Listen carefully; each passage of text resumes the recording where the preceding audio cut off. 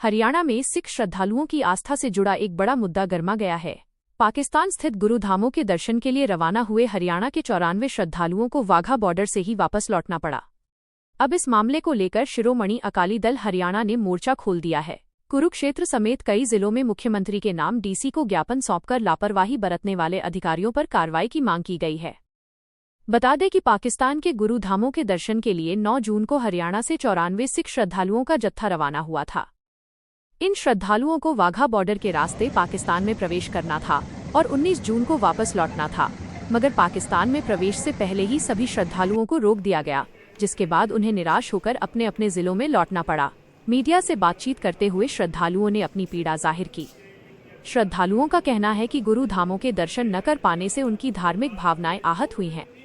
श्रद्धालुओं ने सवाल उठाया कि यदि संबंधित अधिकारियों ने समय रहते जरूरी औपचारिकताएं पूरी की होती तो उन्हें ये दिन न देखना पड़ता। शिरोमणि अकाली दल हरियाणा के अध्यक्ष हरिकेश मोहड़ी ने कहा कि अधिकारियों की लापरवाही के कारण श्रद्धालुओं को परेशानी झेलनी पड़ी। उन्होंने मुख्यमंत्री नायब सिंह सैनी से मांग की कि जिम्मेदार अधिकारियों के खिलाफ सख्त कार्रवाई की जाए। 10 तारीख को एक जत्था श्री गुरु अर्जन देव साहब महाराज जी के शहीदी दिवस के ऊपर पाकिस्तान में जो संबंधित स्थान हैं उन पे नतमस्तक होने के लिए और गुरुपुरब को मनाने के लिए जाना था।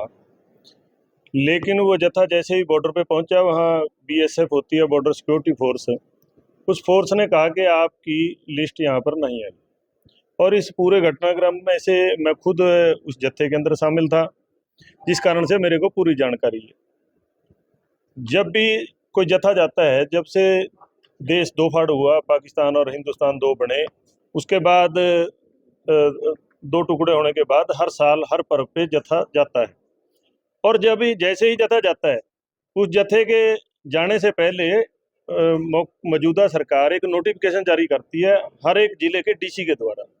और वो नोटिफिकेशन ये होता है कि आप जिसने भी इस जत्थे में जाना, वो हमें अपनी इन्फॉर्मेशन दे थ्रू श्रोमणी गुरुद्वारा प्रबंधक कमेटी। उसके बाद जैसे आज हरियाणा गुरुद्वारा प्रबंधक कमेटी बन गई कि उसके थ्रू हमें जानकारी दे दी जाए।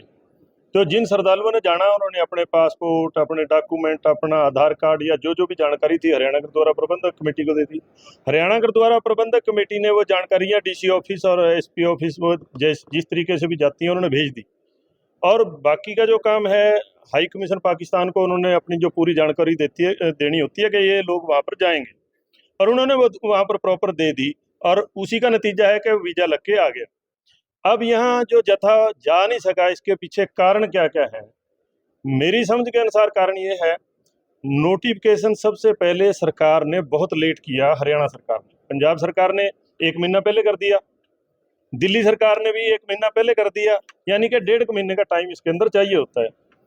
यहाँ 1 महीना लेट हरियाणा सरकार के सभी डीसी साहबान ने जो नोटिफिकेशन जारी किया, 1 महीना लेट किया और टाइम रहेगा बहुत कम।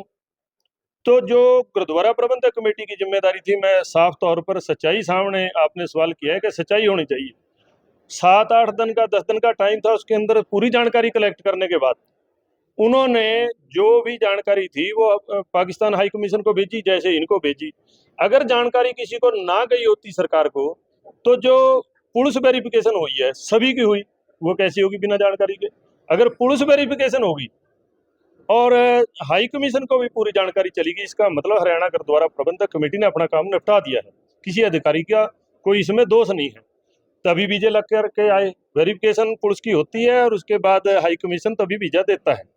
ये 2 चीजें होगी। यहाँ से हरियाणा गुरुद्वारा प्रबंधक कमेटी का वीजा लगने के बाद काम खत्म। उसके बाद काम क्या है, जो जितने भी डीसी साहबान हैं वो सभी होम सेक्रेटरी हरियाणा को वो जानकारी जाती है, वो थ्रू भारत सरकार बॉर्डर सिक्योरिटी फोर्सेज के पास जाती है कि ये लोग वीजा इनका लगा हुआ है, ये लोग, इनकी पूरी वेरिफिकेशन हो गई है, इनको जाने दिया जाए। जिनमें कोई गड़बड़ है वो कह देते हैं इनको नहीं जाने दिया जाए, वो लिस्ट में नाम नहीं होता। लेकिन हरियाणा सरकार की तरफ से एक भी आदमी लिस्ट का नाम नहीं गया। होम मिनिस्ट्री हरियाणा की गलती है, चाहे वो होम मिनिस्ट्री भारत सरकार की हो, चाहे होम मिनिस्ट्री हरियाणा की हो। लेकिन ये तो बीच की बात है ना जी। हमें ये पता है कि हमारी तरफ से जानकारी अगर गुरुद्वारा प्रबंधक कमेटी हरियाणा की तरफ से ना जाती तो पुलिस वेरिफिकेशन क्यों होती? सभी के पास आईबी का फोन आया कि आपने वहां पर जाना है, वो भी वेरिफिकेशन हुई। जितने भी श्रद्धालु थे सबके पास फोन कॉल आई है, घर पे भी गए पुलिस वाले, तो वो काम यानी कि ये जो बात है कि हरियाणा गुरुद्वारा प्रबंधक कमेटी ने जानकारी नहीं दी, ये नहीं है। इसका तो प्रूफ ये है। और दूसरा प्रूफ के हरियाणा गुरुद्वारा प्रबंधक कमेटी कोई इन्फॉर्मेशन पाकिस्तान हाई कमीशन से छुपा लेती तो वो विजय क्यों मिलते? सभी को विजय मिले, अगर जानकारी दी तो विजय मिले। तो मेरा कहने का तात्पर्य है कि पूरे की पूरी जो कमी है वो सरकार के अधिकारियों की है। उन्होंने नोटिफिकेशन लेट क्यों किया? और अगर नोटिफिकेशन लेट भी हो गया था तो जितना आनन फानन में हरियाणा गुरुद्वारा प्रबंधक कमेटी के अधिकारियों ने काम किया तो वैसे ही सरकार को भी करना